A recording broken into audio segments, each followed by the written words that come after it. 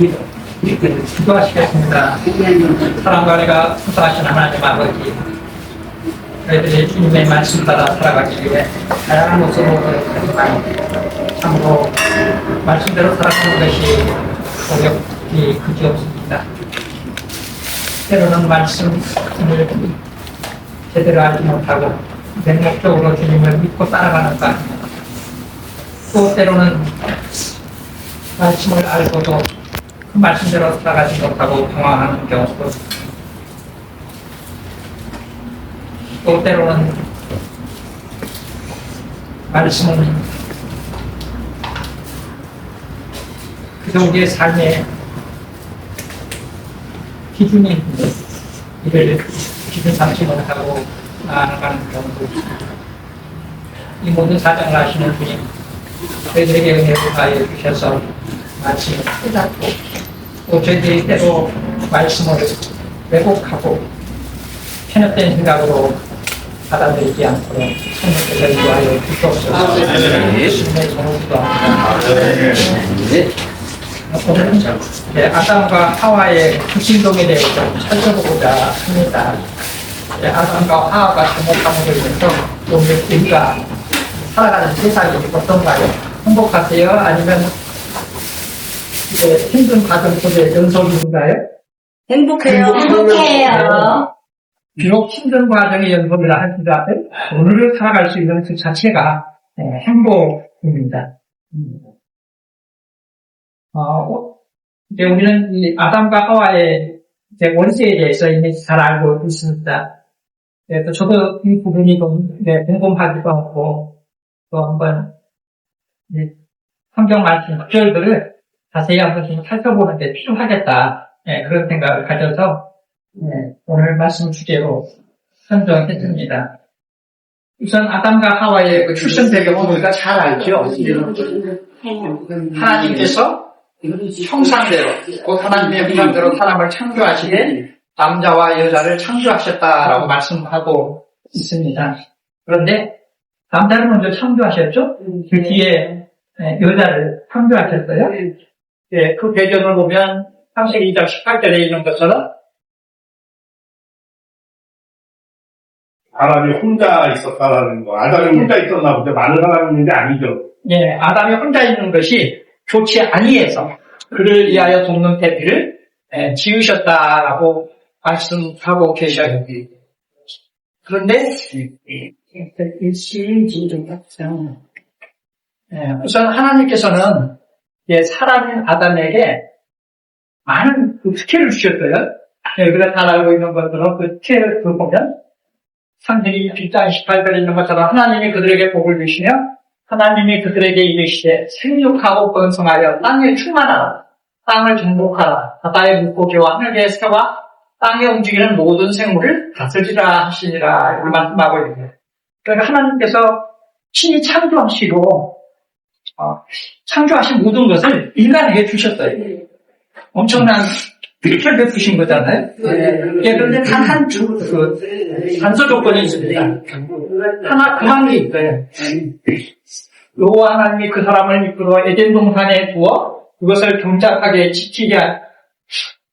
지키게 하시고, 여호와 하나님이 그 사람에게 명하여 이르시되 동산 각종 나무의 열매는 네가 이미고 먹되 선악을 알게 하는 나무의 열매는 먹지 말라, 이렇게 단서 조건을 다루셨어요. 그런데 선악을 알게 하는 나무라고 그랬잖아요. 다른 것도 아니에요. 그냥 선악을 알게 하는 나무에 이것을 먹지 말아요. 그것도 누구에게 이야기하셨어요? 사람인 아담에게. 그것도 직접적으로 말씀하셨어요. 하나님께서 직접 당사자에게 말씀하신 경우가 성경 어디에 있죠? 뭔데? 매우 드문 경우입니다. 직접 말씀하셨어요. 그것도 매우 쉽고 간결하게. 그냥 나무 열매, 어떤 나무 열매? 선악을 알게 하는 나무의 열매를 먹지 말라고 했어요. 이것에 대해서 우리가 해석할 이유가 없어요. 선악을 알게 하는 나무. 그런데 이걸 지켰습니까? 안 지켰습니까? 안 지켰죠. 왜 안 지켰어요? 왜 못 지켰을까요? 그 뱀의 유혹에. 유혹에 넘어가가지고, 예. 그러니까 하와를 유혹한 것이 뱀이죠. 뱀이죠. 예, 뱀의 유혹에 넘어간 거예요. 예. 뱀은 여호와 하나님이 지으신 들짐승 중에 가장 간교하니라. 뱀이 여자에게 물어 이르되 하나님이 참으로 너희에게 등산한 모든 나무의 열매를 먹지 말라 하시더냐? 이렇게 묻잖아요. 네. 이걸 먹지 말라고 했는데 그렇지 않아도 저걸 먹으면 어떻게 하나 궁금해 죽겠는데 뱀이 와가지고 어때요? 살살살살 예, 자극을 시키잖아요. 예, 자극을 시켜요. 그런데 이 뱀이 어떤 뱀입니까? 그냥 평범한 뱀일까요? 마귀이기 전에 이 뱀의 능력이 어떤 뱀이에요? 강교해요. 창세기 교환한 뱀, 3장 1절에 보면 혓바닥 올리는 그런데 뱀은 여호와 하나님이 지으신 들짐승 중에 간교한다. 뱀이 여자에게 물어 이렇게 하나님이 참으로 너희에게 공사하고도 당해 먹지 말라 하시느냐 이렇게 이야기하잖아요. 뱀은 그냥 땅에만 기어다니는 뱀이 아니라 말도 하고 사람을 자기의 목적에 따라가지고 이렇게 홀리기도 하고 이런 능력을 갖고 있는 거예요. 아주 특별한 뱀이에요. 그래서 뱀이 이제 벌을 받잖아요. 뱀이 어떻게 생겼고 지금 있는 뱀은 땅을 치면서 땅을 기어다니지. 치면서 늘 뱀이 죽을 먹어요? 늘 어때? 주둥이는 어떻게 해야 돼? 날랑날랑. 지금 그 얘기가 막 이걸 하고 있는 거야. 근데 하나님은 다행히 아니, 이거 막아놓으셔. 아니에요. 이거 아니야. 뭐예요? 더듬이에요. 더듬이에요? 네, 생물학적. 생물학적으로. 정확하게 아세요. 더듬이. 어쨌든 우리에게 지금도 뱀을 이렇게 하고 있는 거예요, 하여튼간에.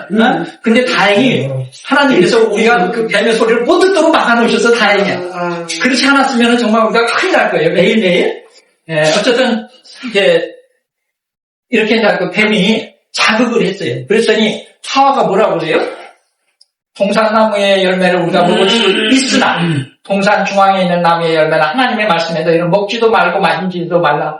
너희가 죽을까 하노라 하셨느니라. 이렇게 막 기록되어 있잖아요. 근데, 제대로 이 하와가 뱀에게 한 말이 하나님께서 아담에게 하신 말씀 그대로예요? 아니면 하와가 그냥 자기 나름대로 왜곡을 한 거예요? 어쩐 거예요? 왜곡했네요. 왜곡한 거예요. 어디를 왜곡했죠? 죽을까 하노라. 죽는다. 반드시 죽는다라고 했어요? 네. 반드시 죽는다. 근데 먹지도 말고 만지지도 말라. 만지지도 말라는 이야기를 한 적도 없어. 맞아요. 먹지 말라고 했어. 먹지 말라고. 그리고 또한 먹지도 말고 우리가 먹을 수 있으나 먹되 너희들이 먹되 중앙 선악과 나무의 열매는 먹지 말아라. 그렇게 이야기했단 말이에요. 그러니까 어쨌든 제대로 이해하지 못하고 자기의 생각대로 주관대로 왜곡했다는 거죠. 하와가. 그래서 어쨌든 그래서 뱀이 유혹을 하잖아요. 너희가 결코 죽지 아니냐. 너희가 그것을 먹는 날에는 너희의 눈이 밝아져 하나님과 같이 되어 선악을 알 줄 하나님이 아심이니라 라고 이렇게 이야기했는데 그러니까 이 선악과 나무 열매라고 그랬잖아요. 그걸 먹지 말라고 그랬잖아요. 뱀은 이미 알고 있는 거예요. 선악을 구분하는 것은 하나님의 주권이라고 하는 것을 알고 있었던 거예요. 그래서 순종하지 말고 야, 너 그 하나님하고 똑같아져. 하면서 자극하면서 호기심을 유발. 뱀의 유혹에 하와가 넘어가잖아요. 그런데